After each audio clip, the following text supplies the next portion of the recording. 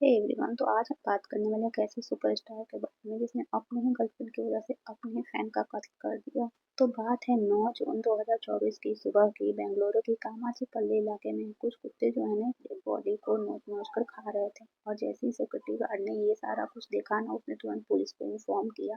Police body को postmortem के लिए हॉस्पिटल ले जाती है, लेकिन पुलिस के लिए ना बॉडी को आइडेंटिफाई करना बहुत ही मुश्किल होता है, क्योंकि ना कोई आईडी थी, ना कोई फोन था, और यहाँ तक कि कुत्तों ने ना उसके आधे से ज्यादा चेहरे को नोच नोच कर खा रखा था। बॉडी को आइडेंटिफाई करने के लिए पुलिस मिसिंग रिपोर्ट चेक करने लगती है, जिसमें एक कंप्लेंट मैच होती है, जिसमें 8 जून को ना एक 33 साल के आदमी की मिसिंग रिपोर्ट होती है, और ये कंप्लेंट उसकी माँ ने करी थी।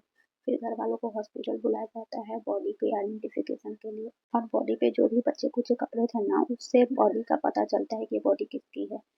बॉडी को देख के ना घर वालों का दिल दहल जाता है, और ये बॉडी 33 साल के रेणुका स्वामी की थी, जो अपोलो फार्मेसी में छोटा सा काम करता था।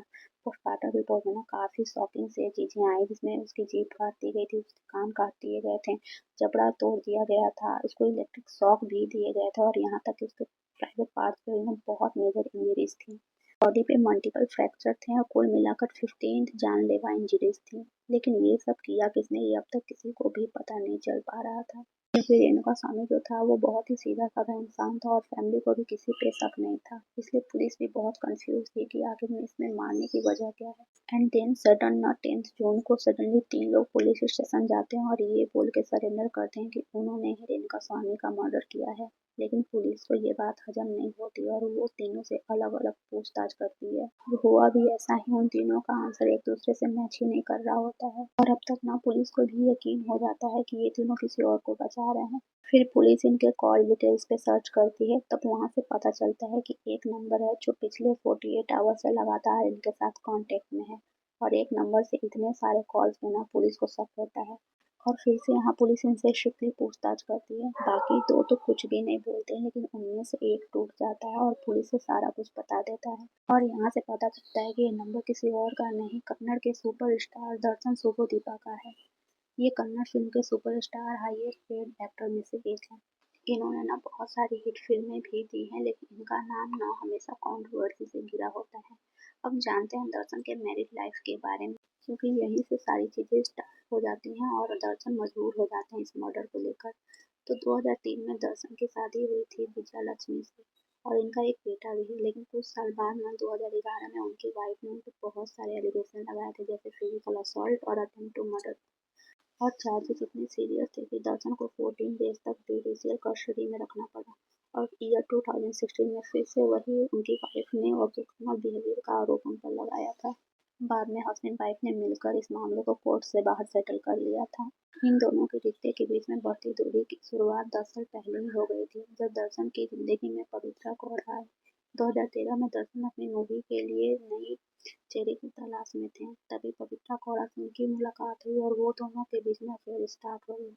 सब कुछ चुपचाप चल रहा था सालों तक, और शोर मचा जनवरी 2024 में तो पवित्रा ने दर्शन के साथ एक रील पोस्ट करी, और वो जो रील थी ना वायरल हो गई।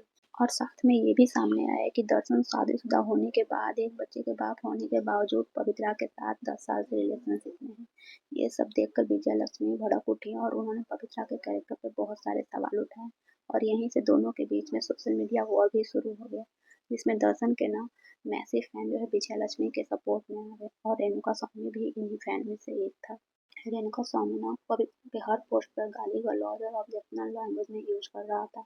आप खुद सोचो, कितने सारे लोग आपको ट्रोल करते हैं एज अ स्टार, आपको बहुत सारे लोगों की अप्रिसिएशन भी मिलती है, ट्रोलिंग भी मिलती है, लेकिन कोई एक ऐसा पर्टिकुलर कमेंट है जो आपको बहुत ही ज्यादा खल रहा है, या फिर आपको बहुत ही ज्यादा चुभ रहा है, तो आप खुद सोचो वो चीजें कितनी डिस्टर्बिंग होंगी। पवित्रा को ये सब कुछ इतना हर्ट गया कि उसने ये सारी बातें दर्शन को बता दी, और बोला कि ऐसे लोगों को तो सबक सिखाना जरूरी है।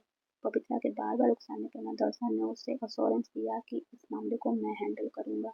दर्शन ने कैसे भी करके रेणुका स्वामी के लोकेशन का पता लगाया, और फिर फैन क्लब के प्रेसिडेंट राघवेंद्र स्वामी को रेणुका स्वामी को किडनैप करके बेंगलोर लाने को बोला।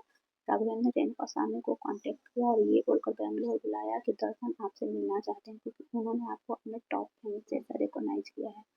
और रेणुका स्वामी जो है ना बहुत ही खुश था, क्योंकि उसको दर्शन काफी पसंद थे, और उनको भगवान जैसा मानता था, तो उसके लिए ना एक ड्रीम कम ट्रू जैसा था।